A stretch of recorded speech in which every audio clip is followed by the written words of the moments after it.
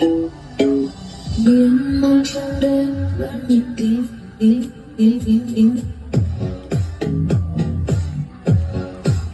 vẫn nhịp tim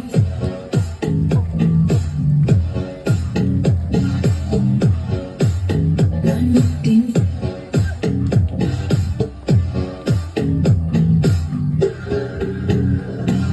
miên man trong đêm vẫn nhịp tim vì đang nhớ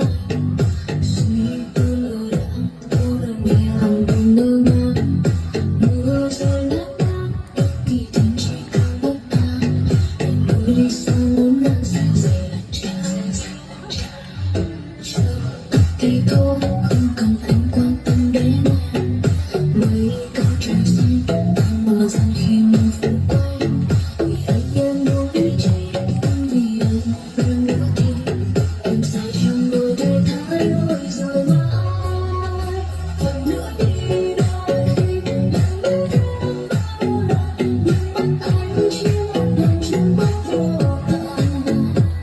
dù cho em được tất cả nhưng chưa bao một lần nào